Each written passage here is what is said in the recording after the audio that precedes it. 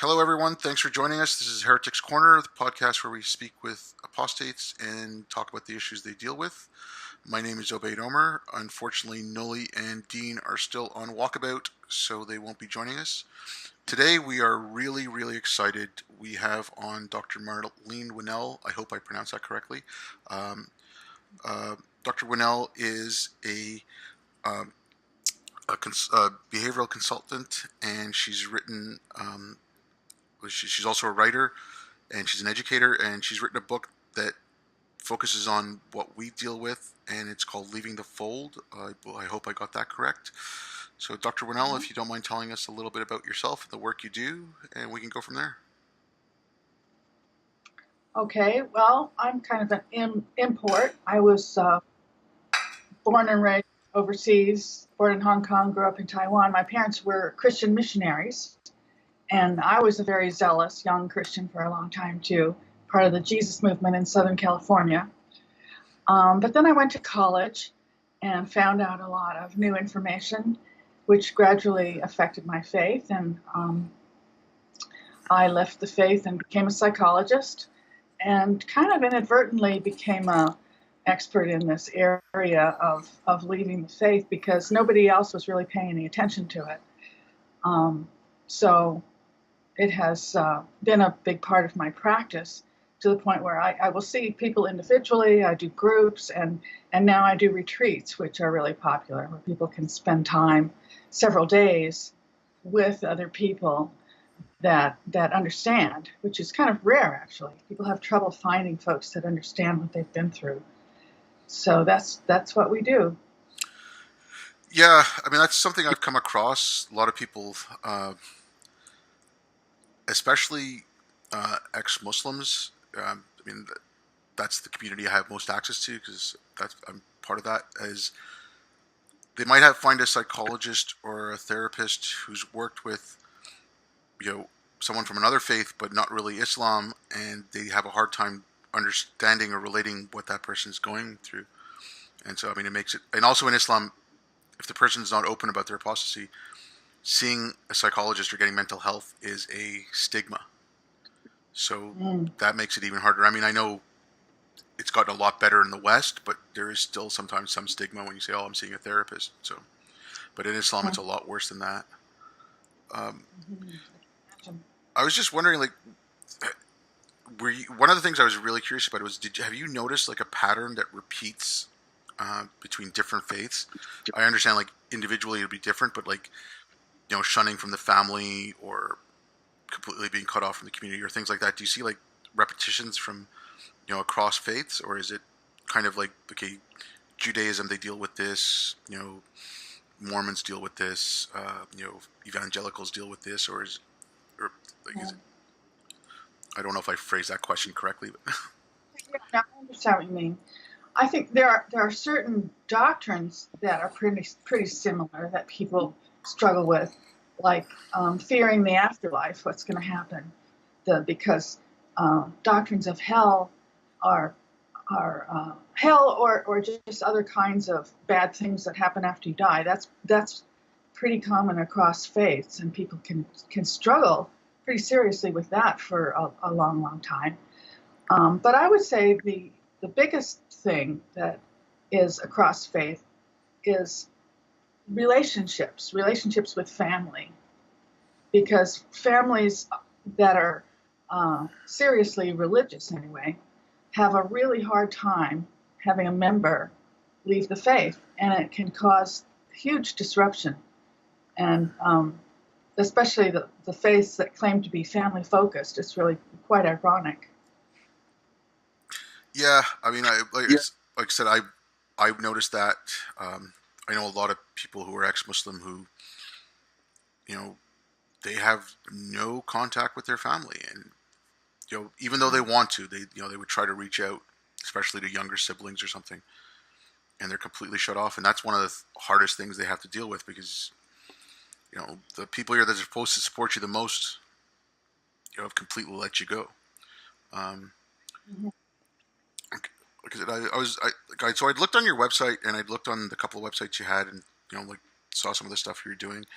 Uh, are there any kind of like, obviously I don't want you to, give a therapy session, but are there any kind of like uh, techniques or tips you use with people to try to get them out of their shell or try new experiences or anything like that? Or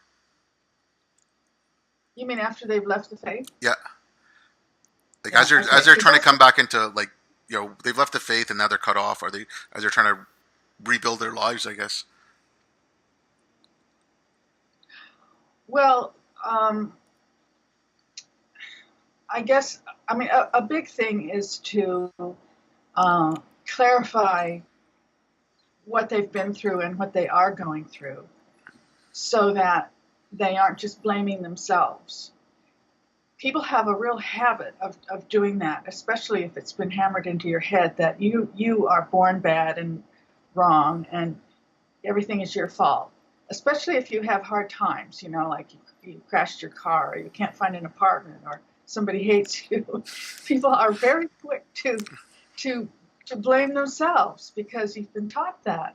So it's really interesting trying to help people accept the world as it is. Things happen, and people that are not apostates also have trouble with cars and apartments and people. Um, do you know what I mean? Yeah, but I mean, It's not a sign from God. yeah, but would you attribute that to, again, like all the indoctrination, depending on how long the person was in that faith and how religious your family was? So you're always told that, I mean, especially the Abrahamic faith, you're born guilty. You have to redeem yourself Mm-hmm. to get into heaven. So it's Yeah. always your fault. So I mean, is that something that you would think would be like from the indoctrination in the faith that's like left over from, like the software that's no longer running, like, but you still have that little extra left over that still Yeah. kind of keeps going in the background? Yeah. Yeah. That's actually a big one. And just all of the reconstruction that has to go on in your head about what what life is about, what the future holds, what your relationships with other people are like, what work is about. Um, just about everything that you thought you knew is wrong. So you sort of have to start over. So people often feel like a small child in the world because they can't lean on what they thought before. Um, and a lot of things are really scary. Reading books that are telling them very different things can sometimes feel very scary. Like they're of the devil. All kinds of things were of the devil, and so that has to get clarified. Um, so one of the things that I have people do when they start working with me is to write their story, write it down, and that's often an interesting experience. I ask them to write it in the third person. So it would be um, Fred grew up in this household that went to church every Sunday. And, this is Fred writing, but he's writing about him as if he's a fictional character. Um, but it has an interesting effect because it makes him have a new perspective, a wider perspective on it. It also builds compassion. People really, really have to gain some compassion for themselves. And there are, ways of doing that so that you're not just constantly feeling like you're doomed. Yeah, I mean, that's one thing I've noticed, and I mean, I'll go from my personal experience. I was angry. I mean, I left Islam in my teens, and I was open about it to my family a few years after that. But that was after I became open with them. For a couple of years, I was incredibly angry because, even though, okay, I was a bad kid and I broke every rule in the book, um, but there were still some things that were denied me because my parents wouldn't let me do them because of the faith, like, ski trips in high school or stuff like that, right? Um, and I was angry about that. And like what I've told, and like obviously I've just told this to people like, based on my experience, like, use that anger to channel it towards something that you want to do.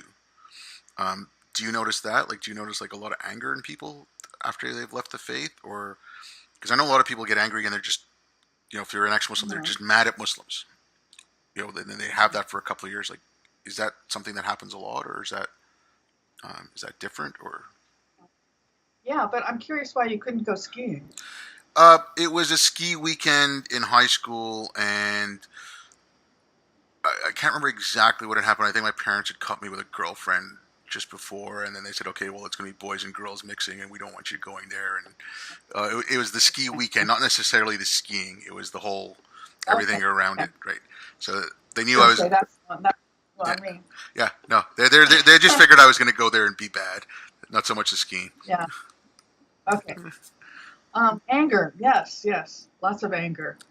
Um, and it can be about a lot of things, but a big area of feeling angry is feeling like feeling like you've been left out, and you didn't have all these experiences that other people had, or that you've wasted time. Here you are, 30 years old, or 40, or 50, and you've spent your life doing this religious thing instead of getting on with real life, and how much you could have done if you had been left alone and the religion hadn't stolen so much from you.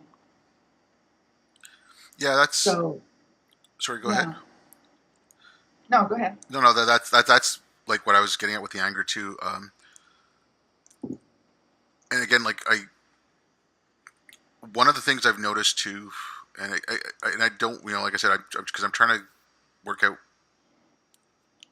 trying to like see if we can, we can talk about things that are similar across the faith. Uh, some of the people I've spoken to are okay, like in Islam, obviously very strict, no alcohol, you know, no pork. The premarital sex thing is usually a lot more enforced than um, the other Abrahamic faiths. So as soon as they, if they leave in their 20s, it's just like instant debauchery. And Uh, I've told people like, okay, you didn't drink because of Islam. Don't start drinking just to spite it. If you want to go have a drink, go have a drink. If you want to be a lush, you want to be an alcoholic, whatever, do it because you want to do it. Don't do it to spite the faith you were in, because you're still yeah. letting that faith control you, right? I don't know if I'm giving good advice or bad advice or. Well, unfortunately, a lot of people have to go overboard before they find their own limits. Yeah. Oh no. Sort of. I see. I think I was lucky because like I said, I was a bad kid and I broke every book in the rule, every rule in the book, and I started all that stuff early, so I think I got it out of my system by the time I left. So there was no experimenting left to Yeah. be done. Well, plus all these religions, and I'm sure Islam as well, uh, gives you so much information about how bad and evil sex is, and even your body's not a good thing. So you have to reconstruct that too. Oh yeah, there's like I said, I was lucky in the sense that my parents, after they moved to Canada, wanted to assimilate and wanted us to be part of the society. So we weren't in a ghettoized neighborhood or anything like that. And also, we moved to Canada in the '70s. There was not a lot of ghettoized neighborhoods at the time, but my dad just avoided that. So, but there was still that. There was always that stigma, like don't have sex, don't have sex. And I started dating young, unbeknownst to my parents. But in the back of my mind, it made it harder to socialize with the opposite gender, and especially like my family never segregated per se, but if we went to like a family gathering, it would inevitably happen that the men would sit in one room and the women would sit in the other room, and then we would meet to have dinner together, but then they would separate again. And it wasn't like anything was enforced, but it was there. So, Huh. kids growing up didn't have something to see on how, male and female interact. And so that Right. made it harder in Islam in that sense. Like, I don't know what it's like for, Orthodox Jews or Jehovah's Witnesses or anything like that, but in Islam, it's the segregation is a huge detriment to future relationships with the opposite sex. Yeah. Yeah. You don't learn much doing it that way. No. You don't learn much about relating to the other sex. Um, so I was wondering if you could talk more about your work and the type of stuff you've done. Like, obviously, you can't talk about your clients. I don't want you to, put yourself in any trouble or divulge anyone's information. But if you can talk about some of the types of things you've worked with, and um, like what you kind of do to get people over that, if that's okay with you. Sure, sure. Like I said, well, I've said that I think the two major areas of the biggest damage I refer to as the terror and the horror. The terror meaning all the fear that's pumped into you about being afraid of everything in the world, afraid of life, and then ultimately afraid of what happens after life. But during life, the spiritual world, demons and jinn, right? Um, so and no, I had a client in Saudi Arabia. I see people that are all over the world, so you never know where you're going to get a phone call. And that's what we talked about every day. She called every day for several weeks because she was so terrified. Um, and so there's the terror, which I think is just a real crime to pump little children with it. And then the horror is just being horrified at yourself. You're taught that you have this black heart inside, and it's always going to be like that unless you let Jesus and God cleanse you. And that never goes away, You get out of the religion, and it's hard to get rid of that. So those two areas are the most difficult for people to change. But it can change. There are plenty of people that do overcome them. But those seem to be the things that come up first when I work with people. When you talk about fear, like I had that in my head. I had it in my head like, oh yeah, I was terrified of hell, and especially once I hit puberty and I started, staking a beer with my friends, or started smoking pot or whatever, right? Like just, and so I was, and then I think around 14 or 15, my mom told me that, I don't know how the topic came up, but she's like, okay, well, Muslims who don't follow the faith, unless you apostate, you become an apostate or whatever, you will go to hell, but you'll burn off your sins and you'll start rising through hell, and eventually you'll end up in heaven, but you'll only get to the lowest level of heaven and you'll never go any further because you've been in hell. So my thinking to that was, okay, well, you've got an eternity after death, so I'm going to spend some time in hell and get punished, but then I'll be in heaven for eternity after that, so no big. So after that point, I had no more fear of hell. Like, it just went away. You burned it off. Huh? Yeah, and I'm like, okay, so no, but I just compared it. I'm like, okay, if I've got an eternity to live after, in the afterlife, and a millennia or 5 millennia of that will be in hell, then the rest of the time will be in the lowest level of heaven. Who cares?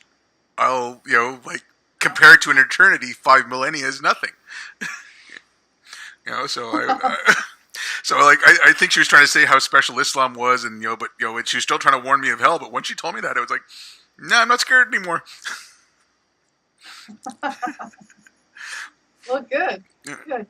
Just hope you get through those millennia. Yeah, but but it was just like I said, I did the calculus in my head. It's like, okay, millennia, eternity is better, so I'll do it this way, and I can have my fun now. Well, and each religion acts like they have this unique teaching about everything, but about hell. What happens? First you go here, then you go there.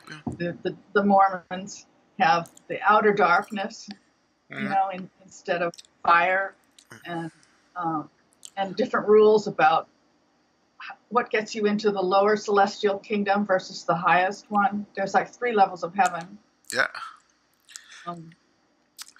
So I used to have a book that had, from art, it had pictures of hell from all the different religions. Art, that over the centuries that artists have drawn of hell.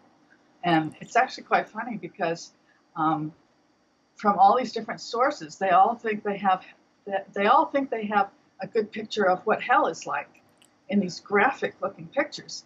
So I was thinking, I guess if I died and I was pretty evil, I would have to spend time in each one of these because I don't believe any of them, right? If I don't believe any of these religions, I have to go to all the hells. It's pretty bad. Yeah. Or maybe it's like a division of souls, and your soul goes. It's a Xerox of your souls, and one copy goes here, one copy goes there, one copy goes there.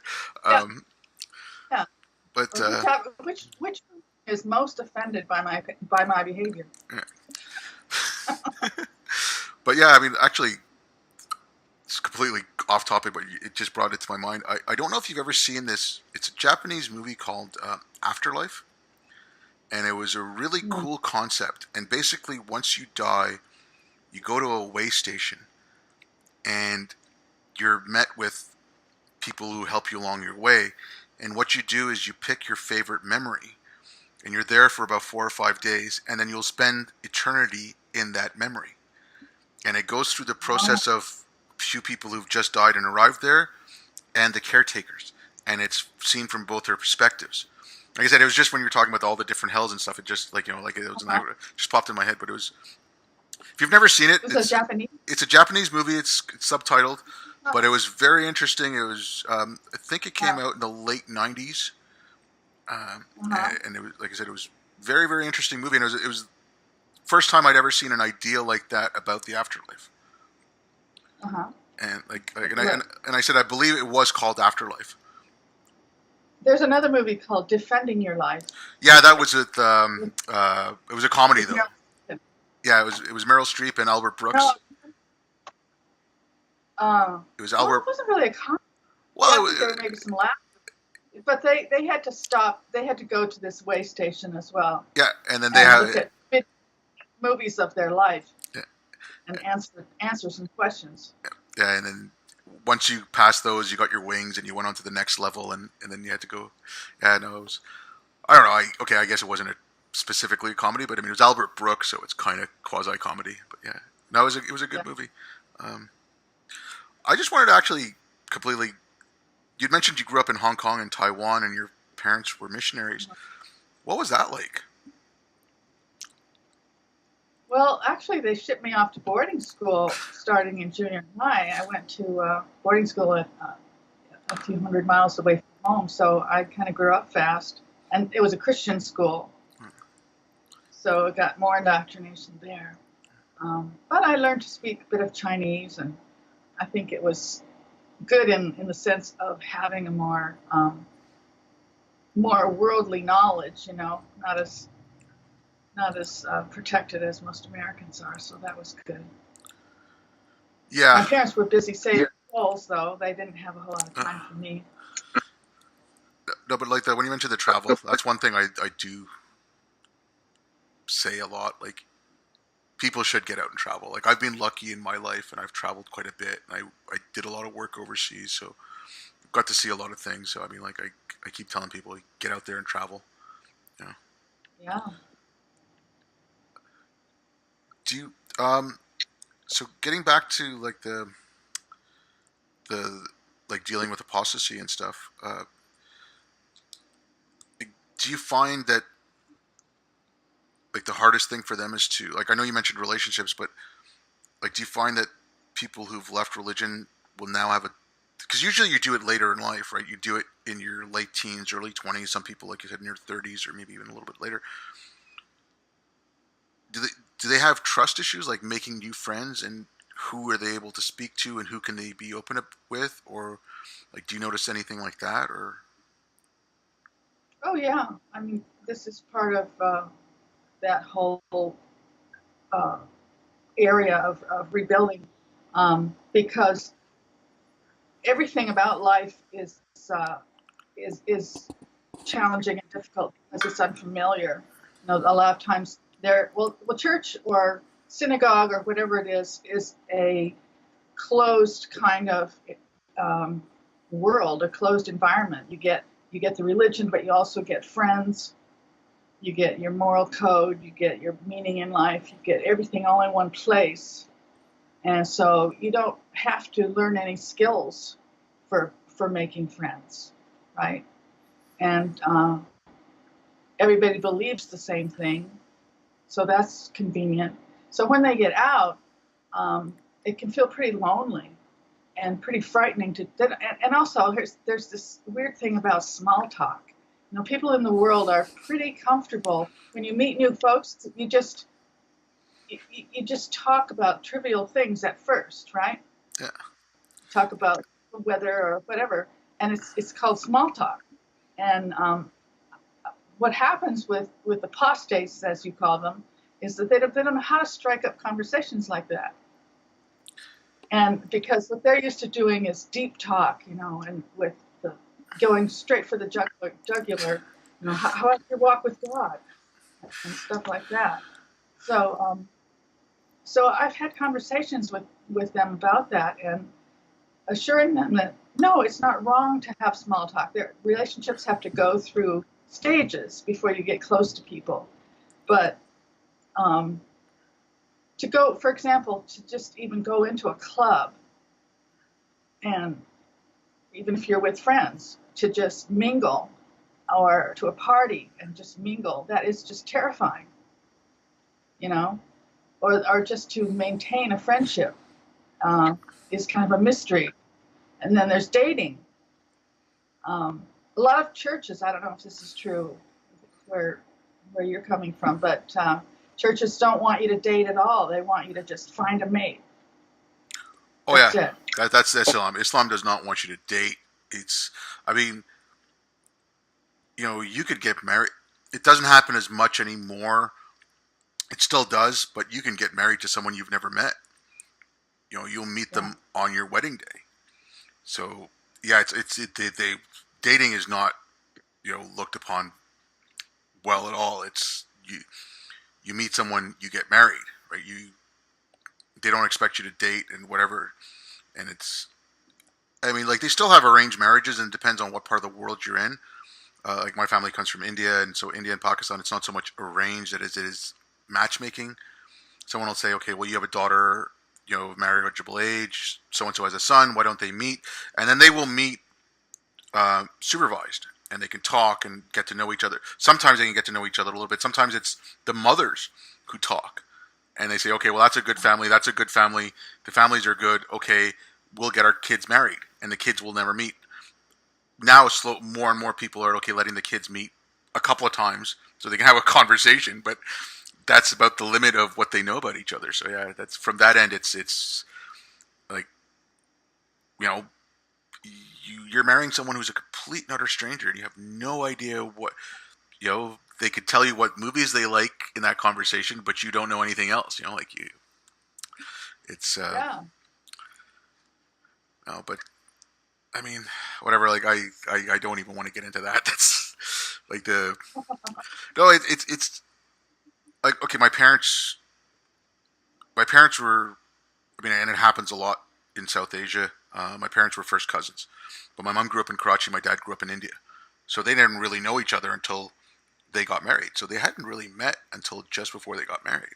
So, but they were together. I think my dad passed away just after the 35th anniversary.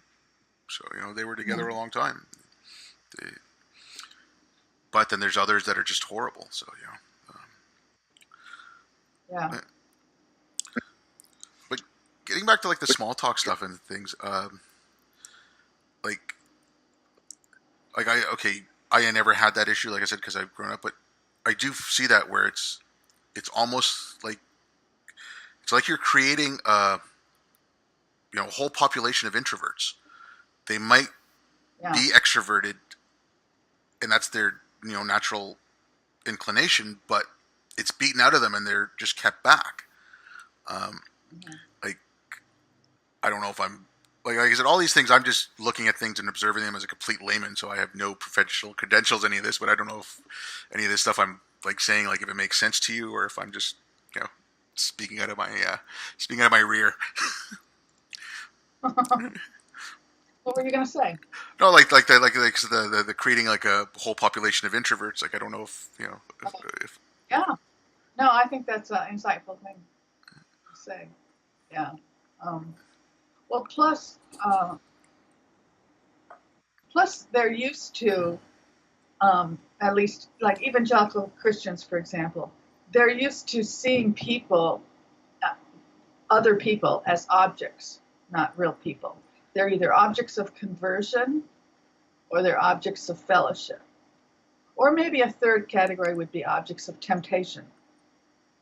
Okay. You know, so you have to, like, when you meet somebody, you slot them into one of those categories and treat them that way. And so what people say when they've gotten out of that evangelical mindset is that it's such a huge relief that you don't have to treat people that way. You can just get to know them as real people and relax. And that part's really nice. There's a lot of, we were talking about fears and anger and things like that, but there's also a lot of relief in leaving the faith, to feel free to have your own thoughts and do what you want to do. That's a lot of relief. Oh no, I agree with you 100%. I mean, it was once I told my folks and I let them know, because like I said, I stopped believing at 16, and I told them around 22, and that intervening 6 years, I mean, I was living a double life. My friends knew, my parents didn't. For my friends, it didn't make any difference because I was drinking, I was smoking dope, I was partying, I was doing whatever, right? So nothing really changed for them, But for when I told my parents, like that, but I'd go back home, I'd do family functions, and I'd have to put up this pretense. And as soon as that dropped, it was like a huge weight had lifted off my shoulder. And because I wasn't anxious about that anymore, I think that was what was putting a cork in the anger. And once that was gone, the anger came out afterwards. Like I had the relief, and I was okay, great. But that anxiety of living that double life preoccupied me so much that nothing else could come in there. But once that was gone, it let the anger through. And so, what were you angry about? Like I said, just things that I couldn't do. Like I said, I dated girls, but I couldn't introduce them to my parents because that would have been it. I would have been done. When I was in university, like I was lucky, I always worked, and I was sort of semi-financially independent. I could pay for my own school and stuff, but there was a threat of, okay, am I going to get kicked out of the house? And so just being angry at having to live with that fear. I was also angry at the fact that my belief system at that point let me accept that they believe in religion, and even though I think it's stupid and it's false, but would let me, but their belief system will not respect mine, or their belief system doesn't allow mine. So I like that was another. It was more anger at the religion. It's like, okay, you're putting all these obstacles in my way now. Like Islam talks about how it's the religion of all of humanity. It's universal. It's all inclusive. But this is a huge wedge between me and my parents now. Like, what's going to happen? Like the day I told them, like I was terrified. I didn't know what was going to happen. I didn't know if I was going to get kicked out of my house. I didn't know, like I wasn't worried about physical violence at that point because I mean, as an adult, and I was a pretty big guy, but like like I wasn't. But I was more afraid of, like, am I going to be cut off from my family? Are my parents never going to speak to me again? Will I never see my brother and sister again? Cousins or whatever. And it was just, so it was anger at that, anger at, like I said, like certain missed opportunities because I did a lot of stuff on my own, but certain things that if I'd asked my parents, I knew I would have been denied. Just anger at all the stupid rituals.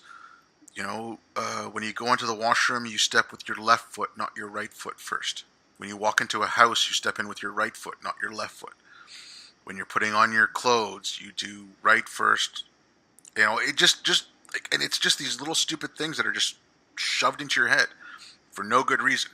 Like, if you're drinking water because the prophet drank water sitting down and he did it in 3 sips, you should never chug your drink. You should always drink it the way the prophet drank it. And all these, like, just anger at all of it. Like, just how stupid it was. How stupid, at this point, like, I don't like, just calling religion stupid or whatever, because there's people I know and love who believe in it, and they get something from it.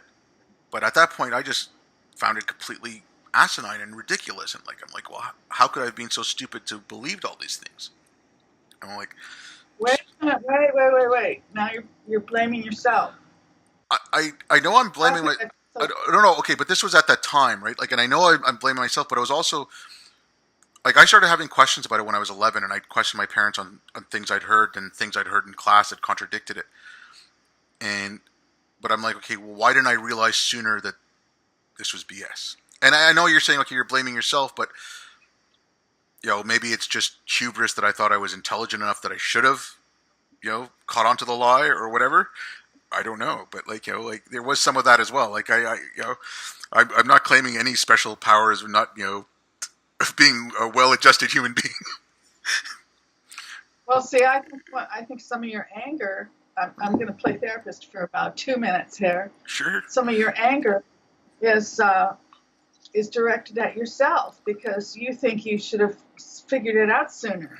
You think that you should. Notice the words, you're using the should word. You were a kid, right? And you're putting that on this kid that he should have figured it out. Okay, it's not so much now. It was more, like I said, right after I left and right after I told my folks. So like, there was a little bit once I decided, okay, I don't believe in this anymore, and I was 16 at that point, and then it was again after I told my folks was when more of this came out because that anxiety went away, and so like once that came, like I don't beat myself over it now. It's like whatever, Yeah. like the way and it's been quite a few years where I'm like, okay, I'm not saying I shouldn't say I don't regret anything I've done in the past, but I try not to wallow in the past. And if my, whatever experiences I've had have led me to be who I am now, and I'm kind of happy with who I am right now. So I don't beat myself over anything anything in the past or whatever. Like I said, I'm not angry at the kid I was now, but when I first left, that's one of the things I was angry about was how could I have been so stupid to have believed this for so long? Wow. But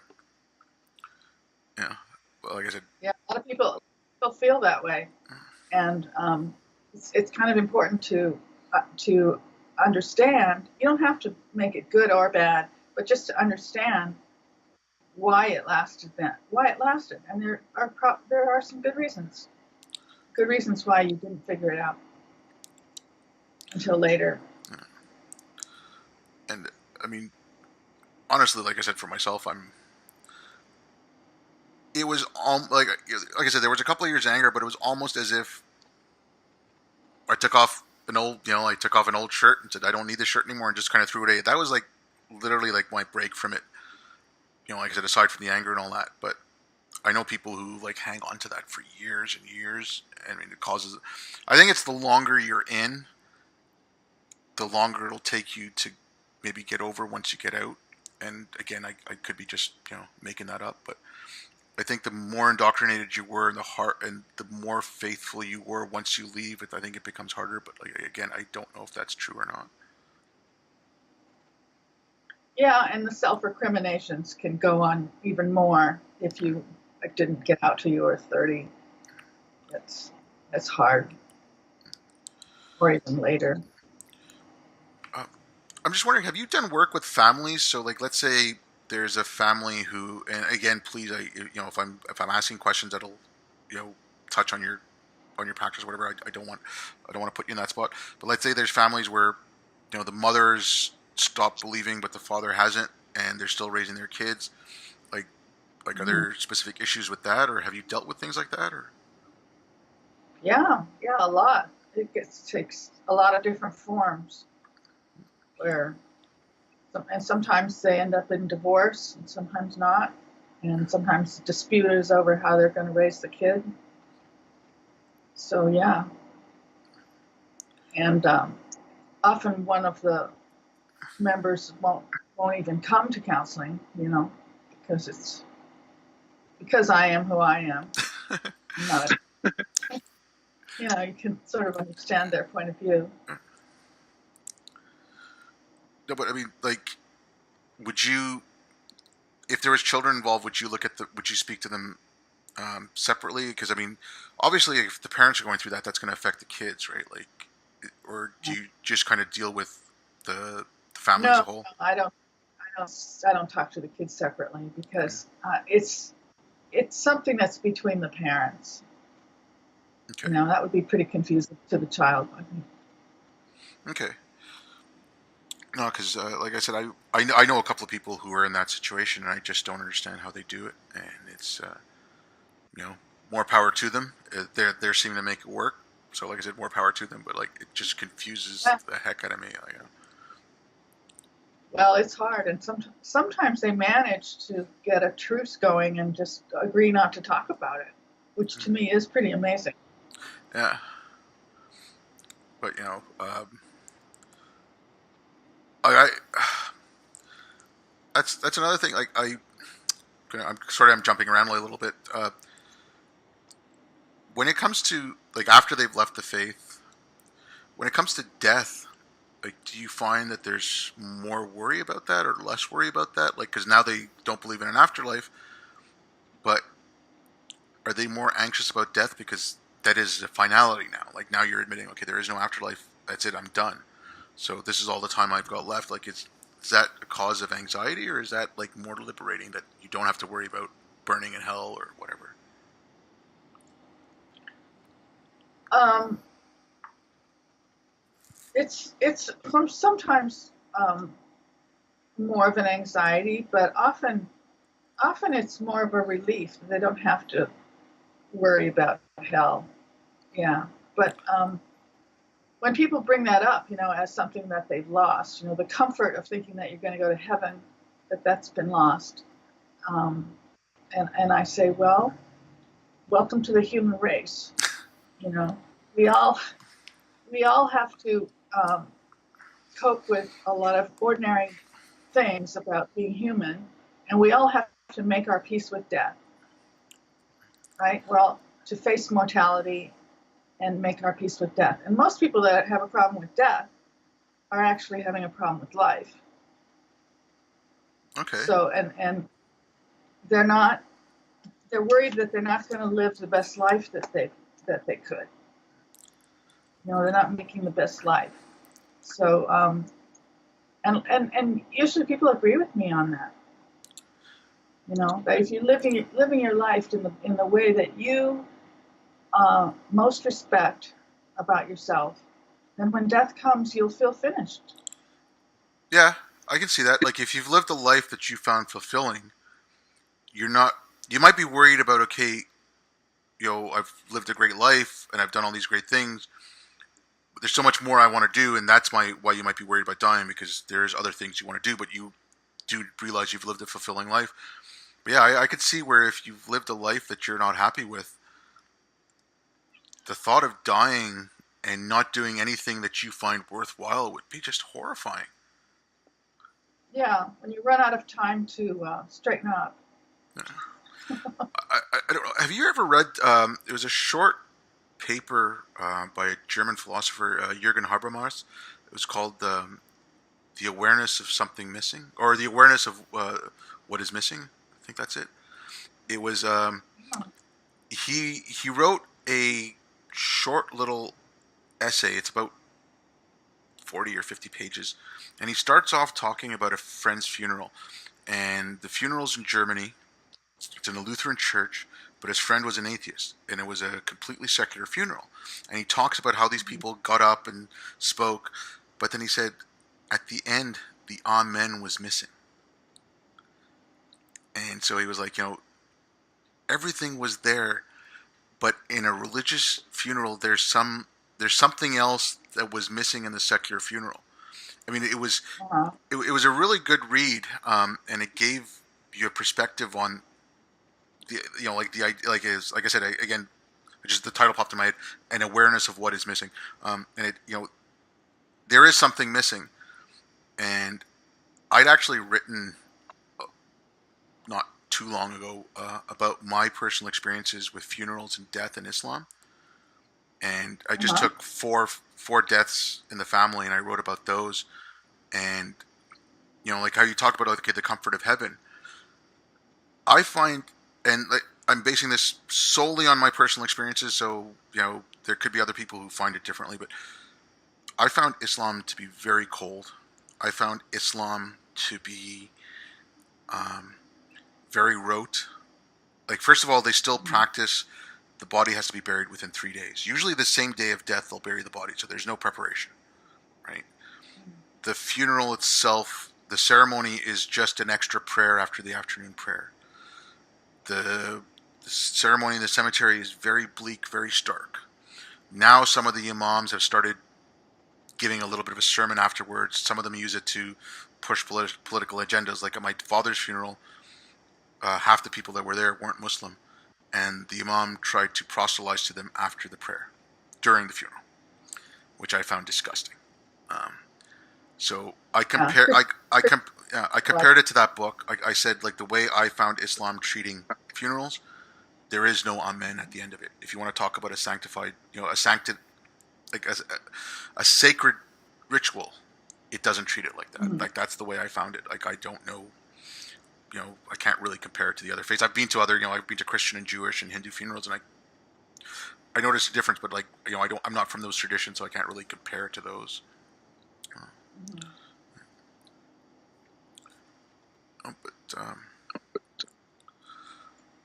I don't want to keep you A lot too of long. We've gone about 45 minutes. If you've got other stuff to talk about, because I appreciate your time. I mean, I'd be willing to sit here and talk to you all night, but I want to be aware of your time. But if there's other, like, issues that you think that would be important for people leaving faiths to discuss, if you wouldn't mind going into those. mm,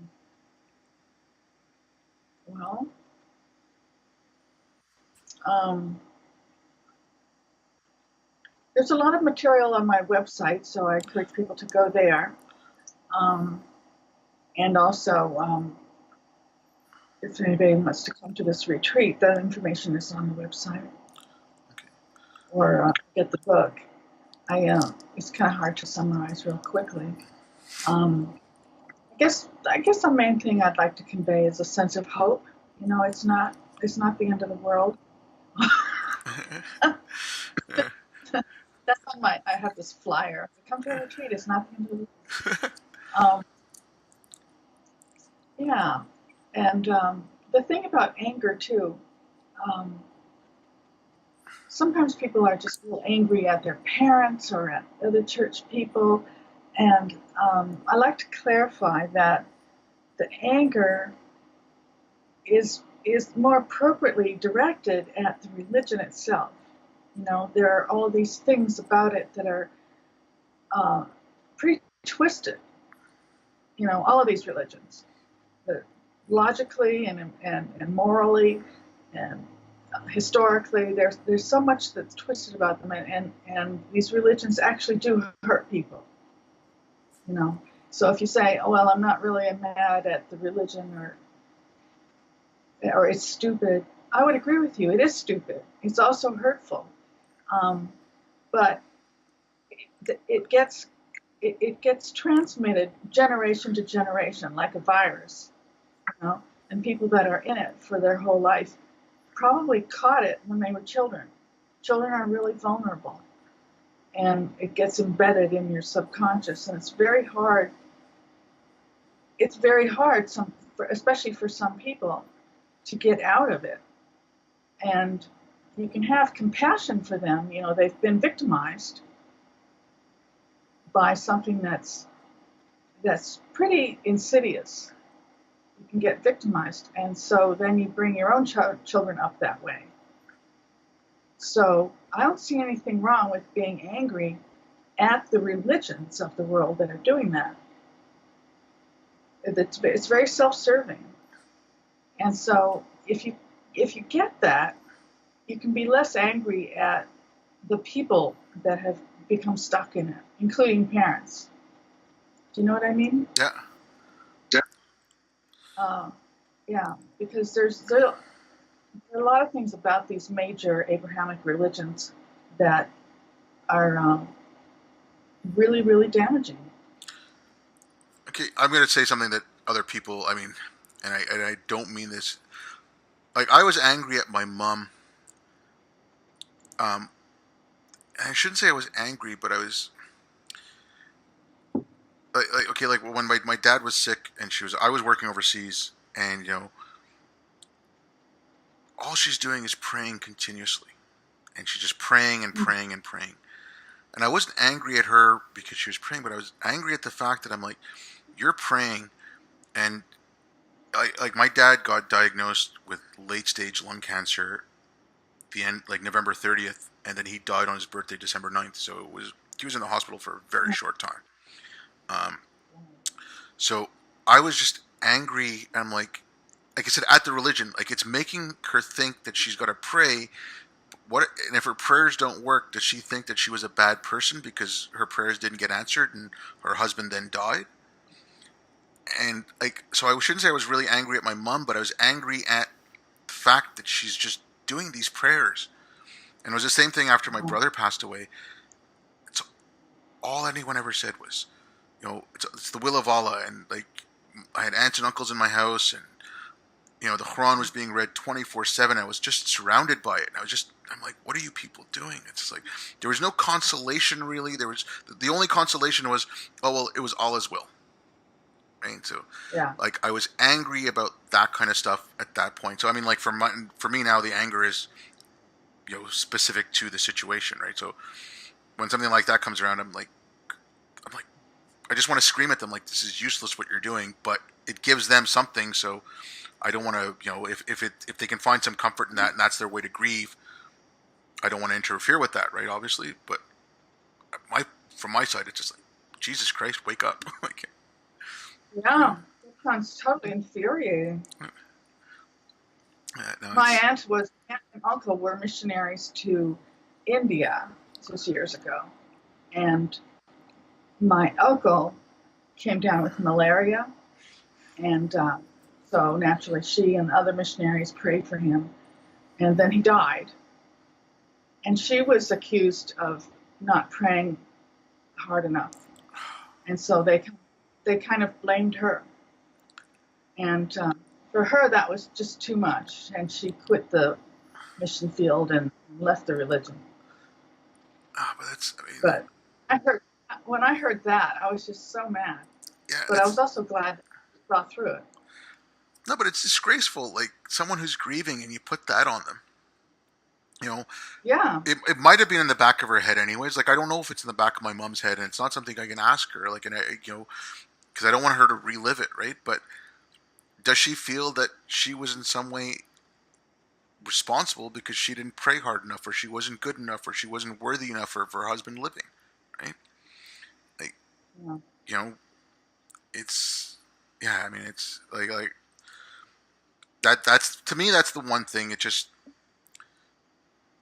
robs you of any kind of compassion at times like that, because you have, if you don't do exactly like the faith is supposed to tell you.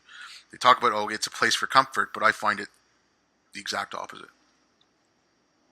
Well, the religion has all sorts of answers. No matter what happens, there's some kind of uh, easy answer for why it happened. So, circular reasoning. um I know you mentioned that you might have a couple of questions for me. Like if you have questions about Islam, ex-Muslims, or whatever, I will try my best to answer them for you. But if not, we can. If you want to give your socials and like your social media or whatever, if anything you feel like giving out, we'll post in the description. But feel free if you have any Well, questions about ex-Muslims. um, what do you feel like there are services that are available to ex-Muslim to get help? In North America, I don't know of any. A friend of mine actually started a thing for atheists in the Middle East called Free Hearts, Free Minds, and she's working with a life coach in out of the UK, and Mhm. they provide coaching skills and life skills to people who have left the faith. And this is people in Saudi Arabia, people in Yemen, people where they could be killed for being apostates, and so Mhm. they give them um, some help, and like you can go on the Free Hearts Free Minds website, and you can see the testimonials from the people that they've worked with. Mhm. I believe it's just called freeheartsfreeminds.com. I believe that's the website. Um, that's the only one I know. But Can, pardon? can people get help at a distance? Yeah, it's all done through distance, and they're focusing mainly on the Middle East because that's where they're in the most trouble. Um, and in North America, I don't know of anything like that. I don't know if there's anything like that in Europe. I do know that Mhm. there's a organization in New York City which deals with Orthodox Jews called Footsteps, and I believe they Yeah, I have know them. some people that work with Orthodox Jews, and I know some ex-Muslims are in touch with them, and maybe they're trying to you know expand a network to get people get a network Mm. of where ex-Muslims can go speak to you know therapists or psychologists or counselors or whatever to deal with the issues they're facing with, because it's not something that's being done all that much. I mean, in the United States, I think it's also a population issue, right? I think Muslims are only 1 or 2% of the population of the United States, which is somewhere between 3 and 6 million, which is a decent enough number, but percentage-wise, it's small. And same thing in Canada. We're not Muslims are not a huge population, so then ex-Muslims are even smaller. And like I said, therapy in Islam is very, very it's looked upon very badly. It's they still do exorcisms. There was a story out recently where they did an exorcism in the UK because they thought a girl was possessed because whatever, she was dating or something like that. I mean, it's they're still performing exorcisms in the West in mosques and stuff like that. So that's the level they're Christians at. are, Christians are too. Yeah, yeah, Not in mosques, but yeah. But it's yeah, no, it's bad. There's no real services like that. I mean, I will put the links to your website, and because I have a couple of your links. If there's any links you want me to post, please send them to me. But if there's, like I said, any other questions or anything else you would like to say, please go ahead. And like I said, please give out your socials or like your social media if you feel like it, and I'll post all those links. okay.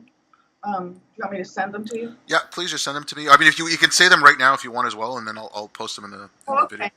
Well, the website's easy to remember. It's called journeyfree.org. Um, and the book is called Leaving the Fold. Okay. And one of the staff members at Footsteps came to a retreat, so that was nice. And Okay. I've been to their place in New York. It's interesting to me. Like, my book was written basically to fundamentalist Christians, but people from all different religions have been able to get a lot out of it. That's been very interesting. Well, that's Because I mean, what I've learned is that the issues are very much the same, and the recovery issues are very similar. Like retrieving your sense of self and rebuilding your life. These things, regardless of the details of the doctrines that you've been through. yeah. I mean, like I said, I haven't spoken to nearly as many people as you have about this, but yeah, that's something I've noticed myself. Like speaking to a couple of different people from different faiths, that there are some issues that just kind of go across all of them. That are, it might not be like if you're an ex-evangelical or an ex-fundamentalist Christian, the pork thing isn't an issue. Whereas, a lot of ex-Muslims love themselves some bacon.